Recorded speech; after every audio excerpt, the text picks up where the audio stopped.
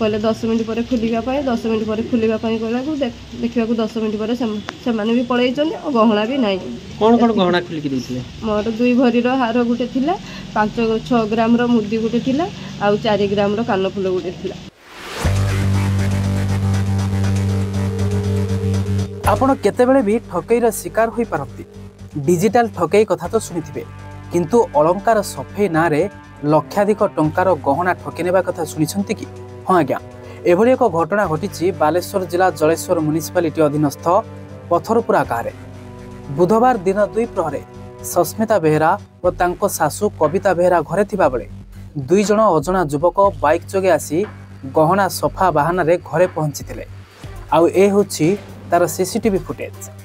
2 जण युवक बाइक रे आसी घर सामना रे बाइक रखुछंती एवं जणे युवक एपट सेपट किछि बाट चालुछंती एवं तापरे सफा करिबा बाहाना रे घर लोकंक सह कथा होई घर भितर को जाउछंती।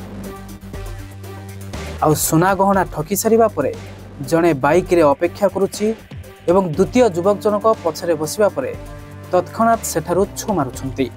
बहु सस्मिता युवक मानक कथा को विश्वास करी गोटे सुना हार, 2टी सुना कानफुल एवं गोटे सुना मदी सफा करिबा पई देथिले। युवक माने अलंकार गुडी को सफा करिबा बहाना रे एक पाउडर मिश्रित पैकेट भितरे 2 मिनिट रखुछु बोली भरोसा देथिले। परे पैकेट देई से माने चंपट मारिथिले। आ ए होछि तार सीसीटीवी फुटेज। तेबे खाली पैकेट देखि सासू बहु ठकामीर शिकार होइतिबा जानिबा को पाइथिले।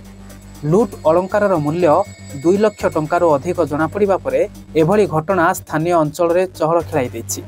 घटना जेते घटुथिले भी सचेतन हेउनांती लोके बारंबार एभली ठकामीर शिकार होछंती। कानफुल मुदी पिंधिथिले मो काढिबा पई कहले से माने काढिकी देली। काढिकी से माने से गुडे हळदी पानी रो पकेइकी गुडे पाउडर रे पकेइकी देले। ते कहले 10 मिनट पर खोलिया 10 मिनट पर खोलिया कहला देखा 10 मिनट पर से भी पलैं और गहना भी नहीं। ब्यूरो रिपोर्ट, समाज लाइव।